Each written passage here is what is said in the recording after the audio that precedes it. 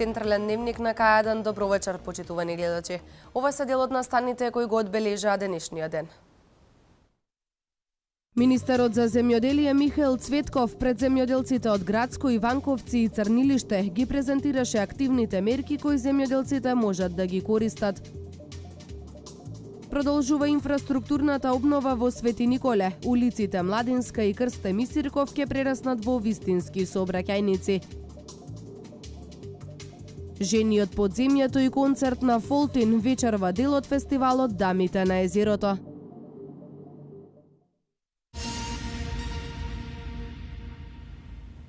Министерот за земјоделство, шумарство и водостопанство Михаил Цветков денеска беше во посета на Градско, Иванковци и Црнилиште. Цветков пред земјоделците ги презентираше активните мерки кои тие можат да ги користат. 50 милиони евра годишно имаат на располагање земјоделците преку програмата за рурален развој. Овие пари преку мерката 50-50 земјоделците можат да ги искористат за набавка на механизација, отворање на задруги, за млад земјоделец, за изградба на патишта. 101 милион евра земјоделците можат да користат преку програмата за директни субвенции, но тука е ИПАРД програмата, која земјоделците многу слабо ја искористуваат. Исто така, за оваа година планираме 101 милион евра и секако дека тука сакам и во тој правец да им укажам на земјоделците што е оно што треба да го направат за да не дојдат во проблем, како што слушаме, нели, не се исплаќаат субвенциите, не се исплаќаат, а тоа практично не се исплаќаат на оние земјоделци кои што не се доволно информирани, немаат поднесено на време барања и така натаму. Така да е во тој правец сакам да кажам дека сега ќе оди со електронско пријавување. Посетата на Градско, Иванковци и Црнилиште, министерот за земјоделство, шумарство и водостопанство Михаил Цветков ја искористи да ги потсети земјоделците за сите овие проекти кои можат да ги користат. Потенцираше, овие мерки постојат за да се добие што поквалитетно производство. Да имаме земјоделци кои ќе имат квалитетно земјоделски производи кои што ќе бидат како конкурентни на домашните пазари, така и на странските пазари. Мораме да бидеме свесни дека земјоделието не само кај нас, ако не го пратиме чекорот на науката, не ја пратиме технологијата, ние ќе заостанеме, нема да бидеме конкурентни. Со цел да се искористат парите кои што им стојат на располагање, министерот Цветков најави дека вакви средби ќе оствари со земјоделците од цела Македонија.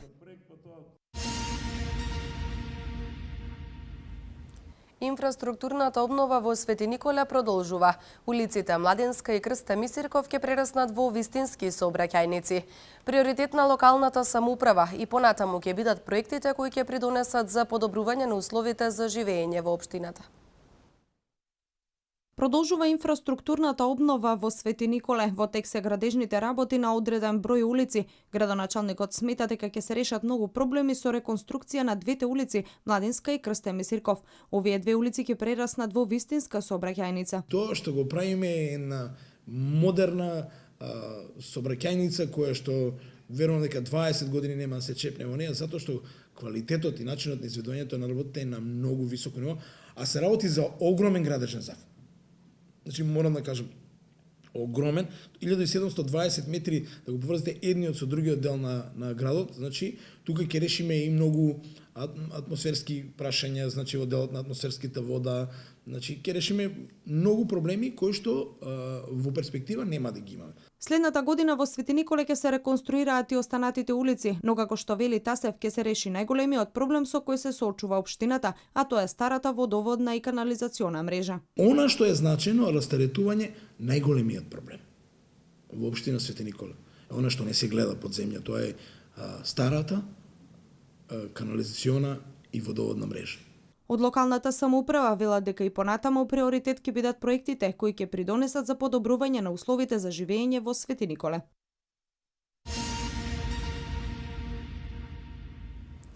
Наскоро ќе започне реализација на инфраструктурата во градскиот пазар во Велес. Од локалната самоуправа велат дека покрај овој во наредниот период ќе се реализираат и други проекти. Инфраструктурата во градскиот пазар е еден од 10-те топ проекти кои наскоро со подобрувањето на временските прилики ќе започне да се реализира.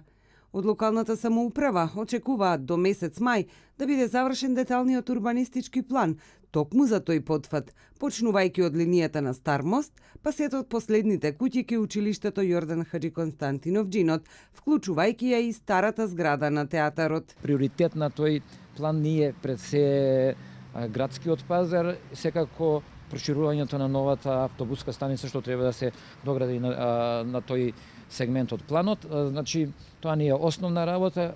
Покрај ги работим и останатите проекти. Денови веќе започне работата на водоводот, што ќе се прави преку Трпезица до Рутовец Челошево. Во меѓувреме, како што истакна градоначалникот на општина Велес Славчо Чадиев, започнати се подготовките за работење на улиците во Иванковци, а во моментов се работи на третиот крак на канализацијата во Оризари.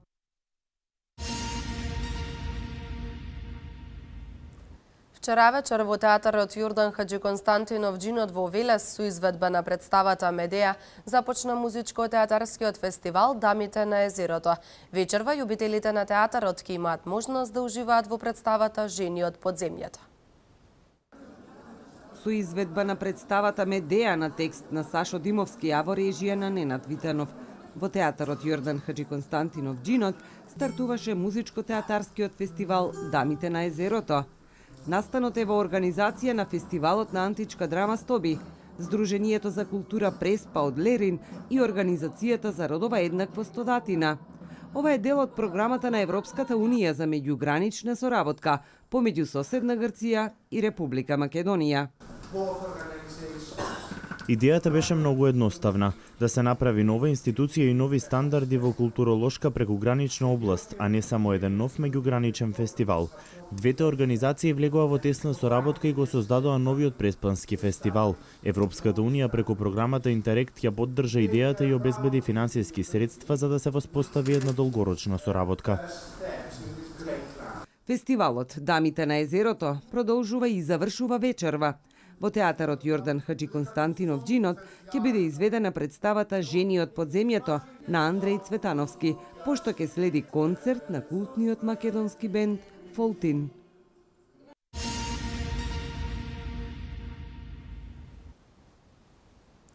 Уметничката Билјана Бинчев од Прилеп ја уствари својата прва самостојна изложба во Домот на културата Иван Мазов Климе во Кавадарци.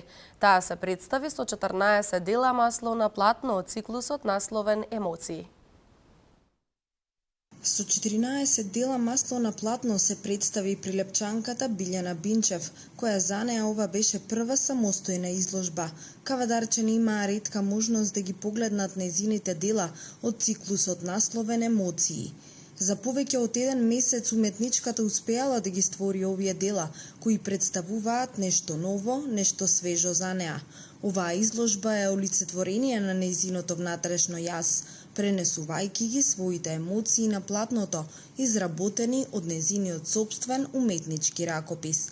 Првото нешто кога ќе се направи, секогаш останува во сеќавање, вели за уметничката и нејзината изложба новинарката Каролина Мицевска. Се надевам дека овој нејзин поход во откривањето на чувствата ќе продолжи понатаму, дека нема да застане тука и дека чувствата што ги чувствува во неа, дека ќе ги пренесува и натаму на платното, ќе ги разголува, така да речем, нејзините чувства, се со цел да имате и вие можност како публика, како љубители на ликовната уметност, да го почувствувате што е она што таа како сензибилитет, како уметност го носи во себе. Моите дела излегоа од моето ателје и тука се пред вас. Представени се актови, оној женски акт кој јас го негувам и преку кој се изразувам, јас и моите емоции, рече уметничката Билјана Бинчев. Кога станува збор за моето творештво, ова е мојот последен циклус на кој работев, тоа се актови, уште наречени уште и емоции, затоа што едноставно во тие актови се пренесени моите емоции. Значи, кога ги гледате делата, ме гледате мене. Моето расположение во моментот кога сум го работила тоа дело, што едноставно јас сум чувствувала. Инаку Билјана Бинчев е родена 1981 година во Прилеп. Во 2006 година дипломира на Педагошкиот факултет во Битола, додека 2010 се запишува на Факултетот за ликовни уметности во Скопје, педагошки оддел со сликарство во класата на професор Јован Чумаковски. Дипломира 2014 година, при што добива и награда за постигнат највисок просек и одлични резултати во текот на студиите. Изложбата, освен во Кавадарци, ќе биде представена и пред љубителите на уметноста во Неготино и во Скопје. Како увертира на настанот беше изведбата на двајца млади талентирани музичари од Општинското музичко и балетско училиште Лазо Мице Фрале од Кавадарци, Мартин Оришков и Кристијан Колев во класата на професор Лазар Соколов.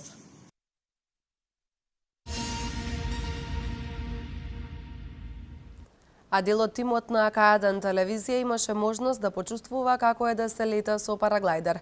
Колешката Илица Радевска го пренесува своето искуство. Авантурата никогаш не престанува. Заедно со параглайдеристот Јован Северов имавме можност да го погледнеме пелагониското поле од птичја перспектива. Адреналин, возбуда, чувство кое ќе ве остави со видливи впечатоци што ќе ги паметите уште долго време и ќе посакате повторно. Параглайдерскиот клуб Аквила е формиран пред повеќе од 15 на години од група ентузијасти и љубители на летањето, а Северов со параглайдерство се занимава од 1994 година. Од секоја сум сакал да летам, значи кога дознав за параглайдерството, одма почнав да летам. Тоа е приказката, не се двоумев, завршив обука и не сум престанал да се. За да се лета со параглайдер, временските услови ја играат неголемата улога и покрај желбата за летање. Да не биде пресилен ветерот, кој денеска, нели, да нема дожд или снег да не врне и така. Параглайдерскиот клуб Аквила е отворен за сите заинтересирани кои имаат желба да ги погледнат убавините на Македонија од птичја перспектива. Воедно овој клуб врши и обуки. Северов вели дека најпрви не потребна желба за учење, а понатаму се совладува. Па да биде постар од 18 години, да има желба и да се јави кај нас. Другото се учи. Да, другото се ќе научи. Стивен Миланов ја започна својата обука. Вели недостатокот од адреналин е главната причина за оваа одлука. Па во животот обожавам адреналин. Моментално имав недостаток на адреналин, така да пробав да најдам спорт кој ќе ми исполни, кој ќе ми го задоволи, кој ќе ми задоволи потребата за адреналин. Јоцо ми е близок пријател, знам дека лета многу одамна и се чувствувам сигурно во негови раце, се надевам дека многу брзо ќе ги усовршам сите техники во летањето. Иако временските услови не беа поволни за летање, сепак нашата екипа успеа да го почувствува адреналинот наречен летање со параглайдер.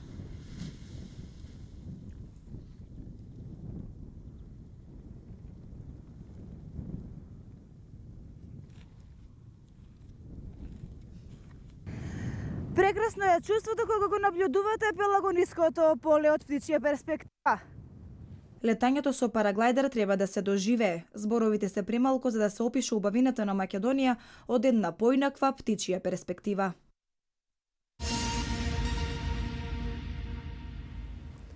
Во рамки на манифестацијата Недела на традицијата Свети Трифун 2016 содржа семинар на тема нутритивните вредности на традиционалната храна и пијалоци.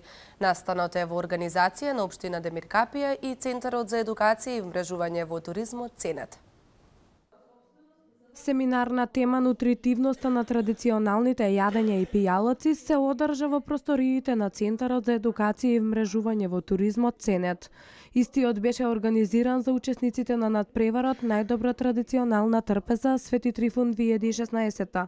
На семинарот своје излагање имаше професор доктор Ангела Крстановска-Василеска, која направи анализа како брзиот начин на живот прави да се заборави традиционалната исхрана и здравиот начин на живење.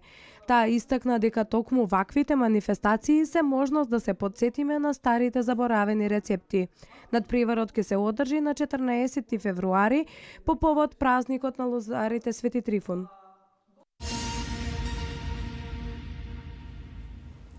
Околу 15.000 граѓани досега имаат поднесено годишна даночна пријава. 80% од годинешното производство на тутун откупено по цена од 186 денари по килограм. Вести од Македонија. Околу 15.000 граѓани досега имаат поднесено годишна даночна пријава. Поради обврската за исплата на К15 и годинава од Управата за јавни приходи, очекуваат бројката на даночни пријави да достигне над 400.000. Од управата за јавни приходи апелираат до граѓаните да не се чекаат последните денови до 15 март, кога истекува рокот за пријавување на приходите. Обврска да поднесат даночна пријава имаа сите оние кои минатата година освен плата и пензија дополнително заработиле и од кирии, од склучен авторски договор, од игри на среќа и тоа ако добивката е над 5000 денари.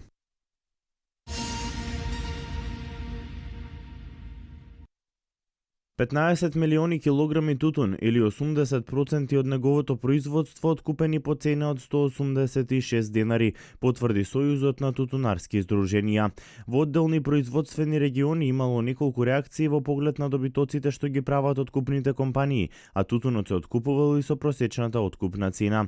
Потребно е тутунопроизводителите да ги пријават своите површини до надлежните, а со откупните компании да склучат договори, апелираат од тутунарските здруженија.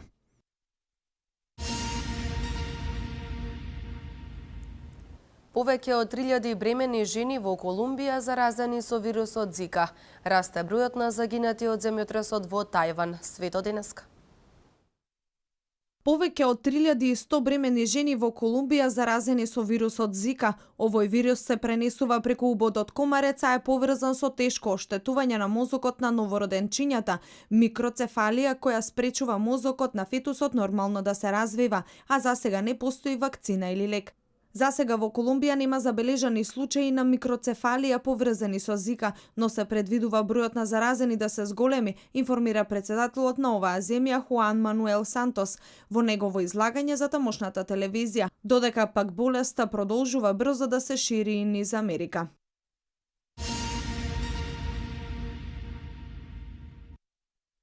Бројот на жртвите од земјотресот во Тајван достигна 24 лица, а спасувачките служби продолжуваат да трагаат по преживеани од подурнатините, додека семејства на жртвите чекаат во нивна близина, пренесуваат американските медиуми. Спасувачкиот центар во Тајнан, најтешко погодениот град во земјотресот, информира дека од подурнатините се извадени и спасени 171 лице. Тајван вчера утро го погоди земјотрес со јачина од 6,4 степени според Рихтер. Според оценките на спасувачките служби, подурнатините на една висококатница има уште 124 лица. Спасувачката операција е забавена, затоа што спасувачките екипи треба рачно да ги расчистат остатоците од зградата. Во градот се урнаа уште 9 згради, а 5 се искривени.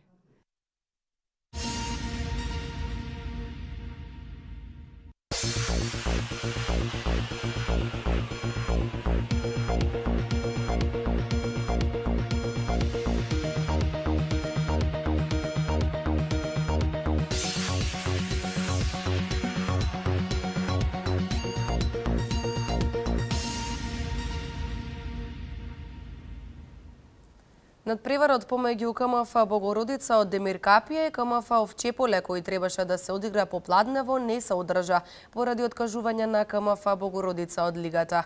Постигнатите бодови од претходно одиграните надпревари ќе им бидат одземени на сите екипи кои играа во првата полусезона. Следниот надпревар на КМФ Овчеполе е закажан за идниот викенд против Форца Куманово. Во продолжение и за останатите вести од спортот. Освојувањето на победничкиот пехар во македонското првенство во иднина покрај учеството во АБА лигата ќе носи дополнителна бенефиција, место во квалификациите за ново формираната Лига на шампионите на ФИБА Европа. Според официјалната листа на бројот на представници од европските држави, Македонија е сместена меѓу нациите кои добиваат едно место меѓу тимовите кои ќе мора да минат најмалку 2 нивоа за да стигнат до рајот. А тоа е место меѓу екипите од главната фаза кои ќе поделат најголем дел од богатата парична награда. Покрај нас тука се и прваците на Белорусија, Босна и Херцеговина, Бугарија, Данска, Естонија, Финска, Велика Британија, Унгарија, Летонија, Холандија, Португалија, Романија и Украина. Првата рунда ќе се одигра на 27-29 септември, а втората на 4 и 6 октомври годинава.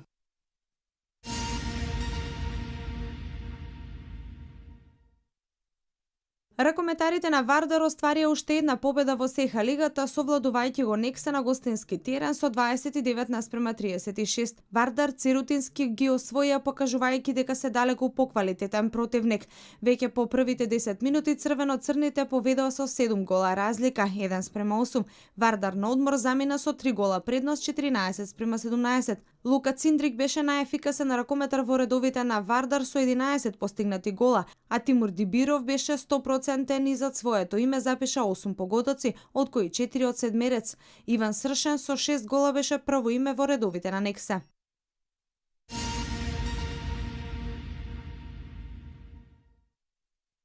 Екипата на Шкупи го доживеа првиот пораз низ зимскиот подготвителен период на пријателскиот надпревар со Тетек со одигран на Билјанини извори во Охрид.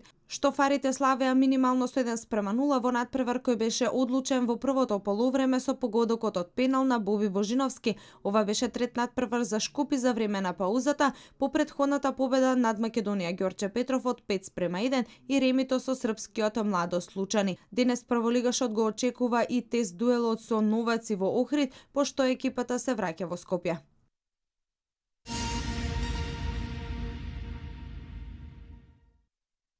Србија совлада Португалија со 3:1 на Европското првенство во футсал, што се одржува кај нашиот северен сосед, но единствениот погодок на португалците беше неверојатно ремек дело на Рикардиньо, кој воедно и го одбележа овој надпревар. Тој е еден од најдобрите играчи во футсал во светот, а направи вистинска магија на дуелот против србите.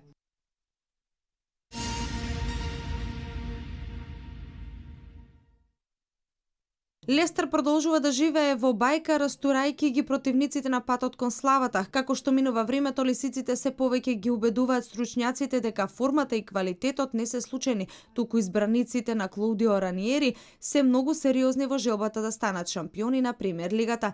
Sky Sports подготви анализа во која тврди дека лисиците се подготвени за овој предизвик. Лисиците вторпат сезонова врзаа 3 победи поред на 16 мечови, го постигнаа првиот гол, од кои на 13 се радува и на победата на крајот.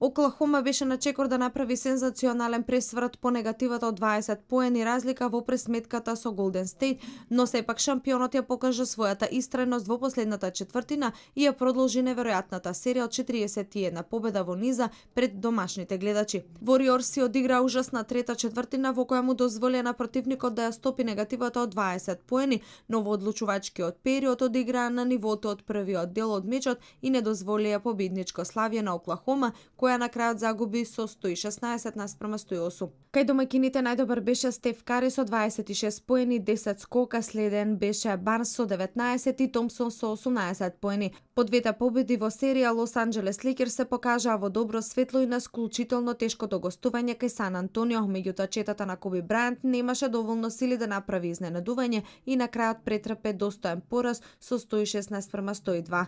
Црната мамба одново имаше одлична партија, завршувајќи го над преварот со 25 поени, додека носители на новата победа на Сан Антонио беа Ламарку со 26, односно Кајван со 20 постигнати поени.